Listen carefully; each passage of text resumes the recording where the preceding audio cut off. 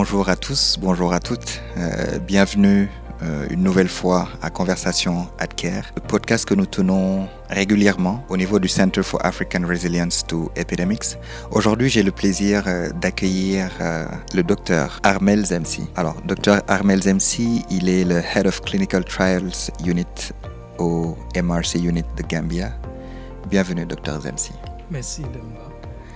Alors, est-ce que vous pouvez vous présenter à nos auditeurs, à nos auditrices et également à ceux qui regardent ce podcast, également présenter l'organisation à laquelle vous appartenez, s'il vous plaît. Voilà, merci Demba et bonsoir à toi, bonsoir à tous vos auditeurs. Je suis le docteur Armel Zemsi. Je suis le chef du département des essais cliniques du Medical Research Council qui est basé en Gambie. À la base, je suis médecin, mais je dois avouer que maintenant, je ne vois plus trop de patients parce que je me suis spécialisé dans le domaine des essais cliniques. Et disons que cette spécialisation a été fortuite parce que, tu vois, lorsque tu fais la formation médicale, les essais cliniques n'apparaissent pas comme une option évidente. Et c'est au cours de l'année 2014-2015 que j'ai eu l'opportunité de prendre part à un essai clinique sponsorisé par GSK. Et c'est en prenant part à cet essai que je me suis rendu compte que tiens, c'est un domaine assez intéressant et assez passionnant. Et depuis plus de 10 ans, je suis dans les essais cliniques. J'ai eu l'opportunité d'avoir une formation à Janssen Pharmaceutica en Belgique qui était sponsorisée par EDCTP, qui est un très grand partenaire dans le sponsoring du développement des capacités en essais cliniques. Et ensuite, j'ai beaucoup travaillé dans l'implémentation des essais cliniques au Cameroun. Et là maintenant, je suis le chef de département des essais cliniques au Medical Research Council de Gambia. Excellent, excellent. Merci, Dr Zemsi. Mais pour revenir un tout petit peu en arrière pour les profils qui nous suivent et qui ne sont pas forcément techniques ni médecins ou qui éventuellement aimeraient embrasser cette option-là dans leur carrière, concrètement, c'est quoi, en un paragraphe, en quelques mots, c'est quoi un essai clinique? Oh, ça c'est une très bonne question. Disons que un essai clinique, l'essai clinique, c'est une science qui permet d'amener de nouveaux traitements, parfois pour des maladies qui n'ont pas de traitement, amener de nouveaux vaccins pour des affections qui n'ont pas de vaccin, ou alors améliorer les traitements ou les vaccins qui existent déjà. Donc, il y a toute une science derrière pour s'assurer que au final, le vaccin, le médicament qui vous sera prescrit dans un hôpital, qu'il soit sûr et qu'il soit efficace. Donc les essais cliniques, c'est vraiment cette phase de test, cette science qui permet de s'assurer de l'efficacité et de la sûreté de tous ces produits. Merci beaucoup, Dr Zemsi. Je pense que c'était important de camper le débat. Clairement, les professionnels savent déjà ce qu'est un essai clinique, mais peut-être pour ceux qui veulent embrasser cette vocation-là, c'est important de le définir et de comprendre de quoi on va parler. Alors, sans transition, je vais passer peut-être au nom. Vous avez parlé du Medical Research Council de Gambia at London School of Hygiene and Tropical Medicine. MRCG Exactement. at LSHTM. Pourquoi un nom aussi long, Dr Zemsi? Oui, ça c'est le nom complet de l'institution. Donc, pour ceux qui ne connaissent pas le Medical Research Council de Gambia, c'est localisé dans un pays, Gambie, très proche, sinon dans le Sénégal. Et on va dire très proche, pour ne pas nous créer des problèmes. Voilà, c'est très proche du Sénégal. On s'y exprime principalement en anglais. Et depuis quelques années déjà, le centre a un partenariat avec la London School. Donc, la London School of Hygiene and Tropical Medicine, ça c'est une institution basée en Angleterre avec vocation d'enseignement. Donc c'est une université, mais également un institut qui déploie beaucoup d'activités dans le domaine de la santé publique. Et depuis quelques années déjà, nous allons dire le Medical Research Council de Gambia fait partie de la famille des institutions qui sont dans la London School. Et c'est pour cela que le nom complet c'est Medical Research Council de Gambia at London School of Hygiene and Tropical Medicine. Et juste pour souligner pour vos auditeurs, cette institution existe depuis près de 78 ans déjà.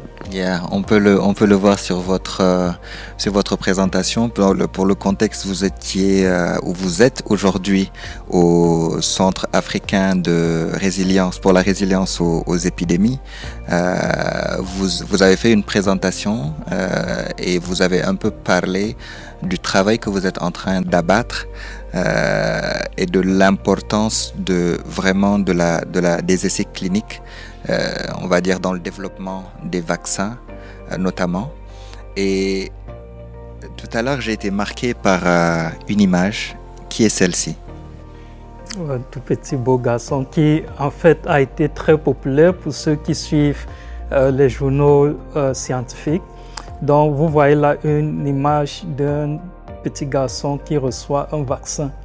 Ça change vraiment des images que chaque parent qui a mené son enfant en vaccination se souvient de l'enfant qui a peur des aiguilles, qui est terrorisé, qui se bataille. Mais là, tu vois un enfant très calme, posé, qui reçoit son vaccin sous forme de patch. Donc ça, c'est une technologie qui a été mise sous pied et l'essai clinique a été dirigé en Gambie par l'équipe du professeur Ed Clark et toute son équipe fantastique. Et l'idée, c'était de se rassurer que si on délivre le vaccin en utilisant cette nouvelle façon, que la même quantité de vaccin puisse être délivrée dans l'organisme, dans les organismes et que ça stimule les défenses de l'organisme de la même façon qu'un vaccin standard qui est donné avec des aiguilles.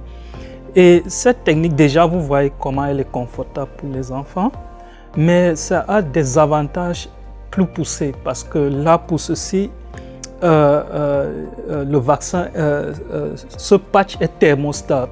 C'est-à-dire, thermostable, ça veut dire qu'il peut supporter nos températures africaines sans besoin de chaîne de froid. Cela veut dire que si tu es dans un centre de santé où il n'y a pas forcément d'électricité, ce qui arrive très souvent en Afrique et dans les pays tropicaux, pas juste en Afrique, mais vraiment dans tous les pays. Exactement, des problèmes électriques, tu n'as pas un frigo ou un réfrigérateur qui fonctionne. Ça n'affecte pas ce vaccin. Tu n'en as pas besoin pour ce type de technologie. C'est thermostat. Wow. Et là, ça réduit beaucoup les difficultés que nous rencontrons. Rupture de chaîne de froid. Rupture de chaîne de froid. Le vaccin qui n'est plus juste utilisable parce que il y a eu coupure d'électricité ou whatever. Exactement.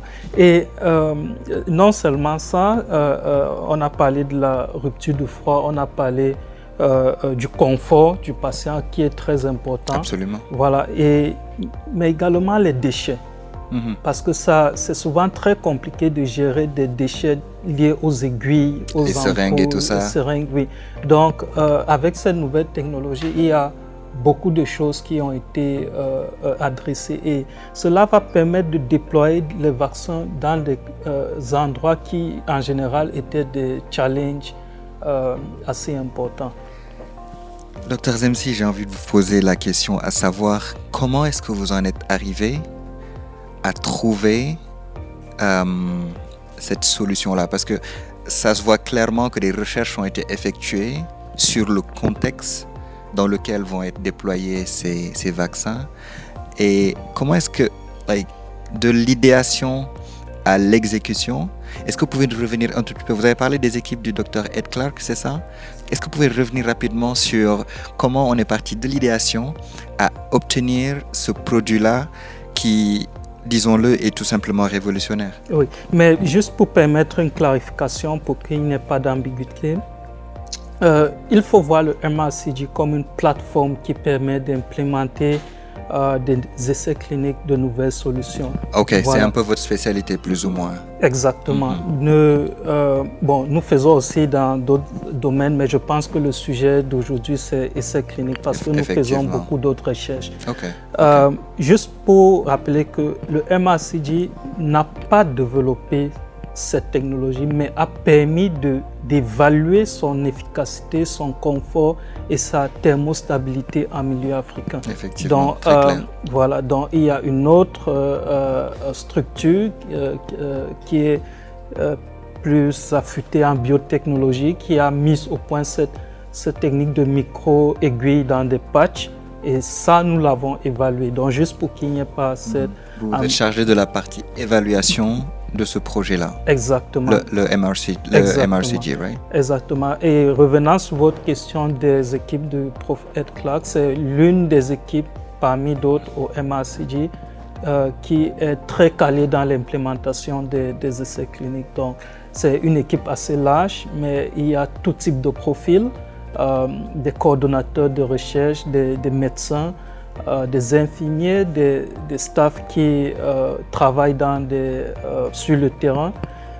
Donc c'est une équipe assez dense avec beaucoup d'expérience, de formation et de compétences dans l'implémentation des essais cliniques. Et c'est toujours un plaisir de collaborer avec ce type d'équipe.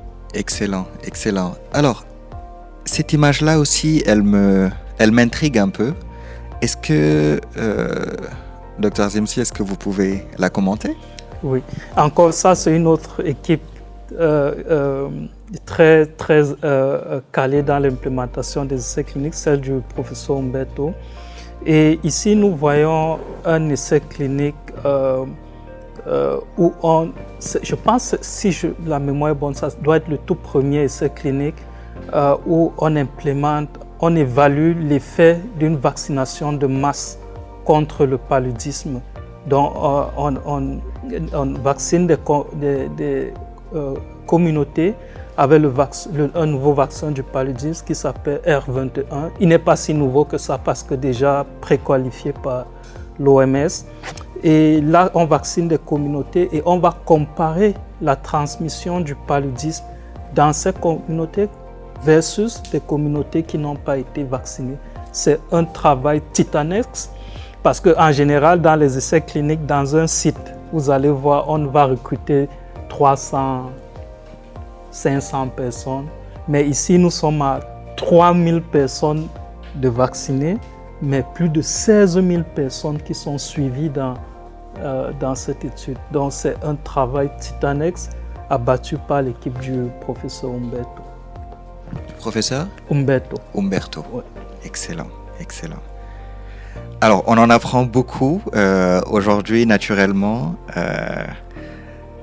Et je me rends compte qu'il y a plusieurs zones au niveau de votre présentation qui sont highlightées. Est-ce que vous pouvez commenter très rapidement cette partie-là de votre présentation? Oui, merci beaucoup, Demba. Je vous ai dit, le MRC, c'est 78 années, beaucoup d'expertise dans les essais cliniques.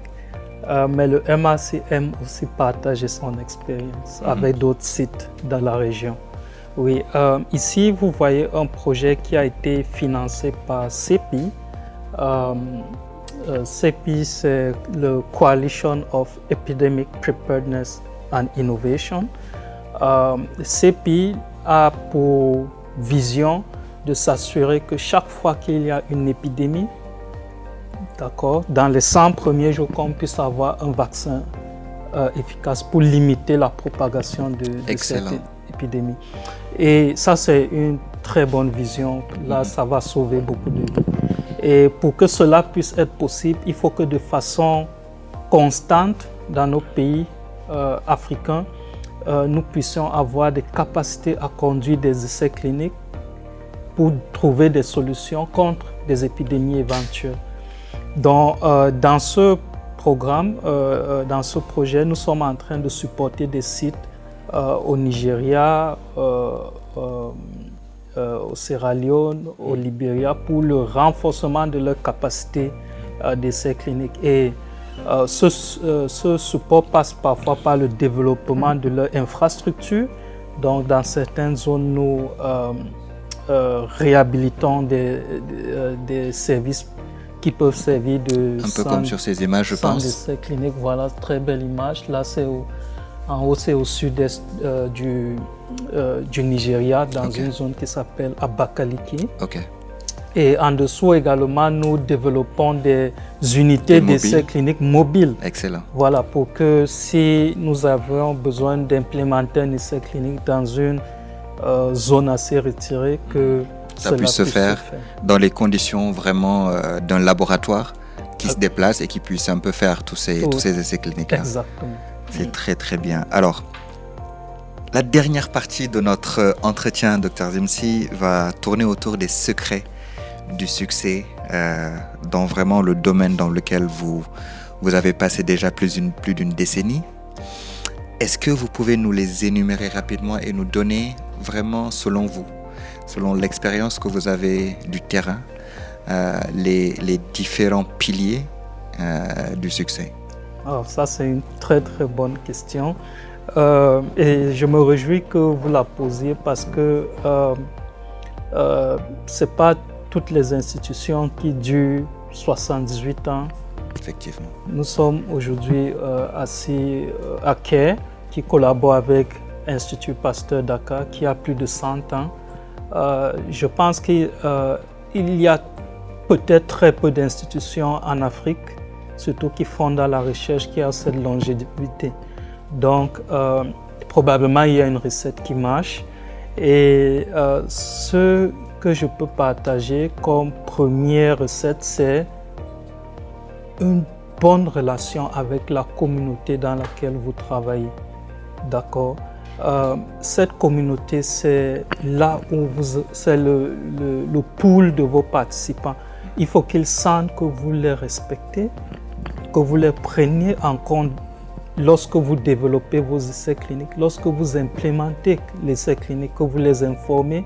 Et lorsque l'essai clinique est fini, vous revenez leur dire voici les résultats. Voici où nous en sommes. Exactement. Donc, important. Ce respect, vous devez également permettre dans votre essai clinique ou dans votre institution de pouvoir avoir un feedback honnête de la communauté et de l'implémenter. Donc, je pense que la communauté, c'est l'un des plus grands piliers. Ensuite, au-delà de la communauté, il faut développer vos essais cliniques en tenant compte du contexte dans lequel vous l'implémentez. Les différentes zones géographiques, un peu... Et même des zones culturelles. Culturelles aussi. Oui, si vous faites un essai clinique, on a vu l'enfant tout à l'heure, si vous faites un essai clinique où vos participants sont des enfants, c'est probablement les parents qui doivent les amener. Clairement. Et si vous faites vos procédures de telle sorte que le parent doit venir rester dans votre site du matin à 18h, il ne sera plus là. Vous devez être assez flexible pour pouvoir déployer les procédures qui peuvent être déployées. Vous les déployez chez le participant, chez lui, proche de chez lui, pour qu'il sente au moins que la participation dans votre essai clinique n'est pas un fardeau tellement lourd à porter. Donc, il faut y penser comme second pilier. Le troisième pilier, si je peux le dire comme ça, la troisième recette, les essais cliniques ont besoin d'une infrastructure assez importante. Yep. Et que ce soit des partenaires privés, que ce soit des instituts académiques, que ce soit nos gouvernements, ils doivent être à mesure d'investir. Parce que les essais cliniques font partie d'un arsenal de prévention contre les maladies. Si vous investissez dans les essais cliniques, vous permettrez de sauver des vies. Et en sauvant des vies, vous mettez dans votre pays des citoyens qui permettent de faire tourner votre économie. Les essais cliniques, il faut savoir investir dans l'infrastructure. Oui, et au-delà de l'infrastructure, évidemment, le personnel. Oui, tout projet commence par les êtres humains. Si vous avez un bon personnel motivé, très bien formé, vous allez réussir vos essais cliniques. Mais l'un des piliers que j'aimerais insister également, c'est la collaboration. Il me réjouit que ce podcast se déroule à Dakar. au terme d'une formation qui a vu la participation de beaucoup de partenaires. C'est ça les essais cliniques et je pense que c'est ça aussi la vie. On ne peut rien réussir tout seul, on ne peut rien réussir de grand tout seul. Ouais. Et la collaboration, qu'elle soit locale ou loco-régionale, régionale ou internationale, est très importante comme recette de succès dans les essais cliniques. Absolument. Je pense qu'on ne peut pas parler de tous ces piliers-là naturellement sans évoquer aussi la participation, l'implication de nos gouvernements. Et je pense que ça va être le dernier pilier sur lequel vous allez un peu nous entretenir. Exactement. Nous avons toujours besoin de nos gouvernements, de nos politiques, de nos régulateurs pour pouvoir réussir tout projet parce que c'est ceux-là même qui permettent à ce que ce que nous découvrons dans les essais cliniques, qu'ils puissent être passés dans la politique de santé et tout. Donc, il faut savoir impliquer les acteurs politiques, les régulateurs dans tout ce qu'on fait. Un grand merci à vous, docteur, vraiment pour votre temps, pour ces explications qui sont très très claires. J'espère que ce ne sera pas la dernière fois que nous vous recevons sur cette plateforme. Non. En tout cas, je l'espère. Et j'aimerais peut-être terminer ce podcast avec votre mot de la fin. Qu'est-ce que vous avez retenu, en tout cas, de ces journées passées à Dakar, naturellement, dans le cadre de ces formations, justement, à augmenter quelque part les capacités des scientifiques, des professionnels qui travaillent dans la vaccinologie. Oui, je tiens vraiment à féliciter l'Institut Pasteur Dakar, à féliciter CARE. Pour cela, il y a beaucoup de jeunes talents africains qui ne demandent qu'à être formés et à appliquer ce talent. La vaccinologie, c'est un domaine très important, sinon critique pour l'Afrique. Nous faisons face encore à plusieurs épidémies chaque année et beaucoup de ces épidémies, grâce à un vaccin, elles peuvent être stoppées net. Mon mot de la fin, c'est de dire à l'Institut Pasteur Dakar et à CARE de ne pas s'arrêter en si bon chemin, de continuer dans la formation, mais surtout de partner with MRC, donc de faire un partenariat avec le Medical Research Council de Gambia. Excellent. Merci beaucoup. Merci Demba.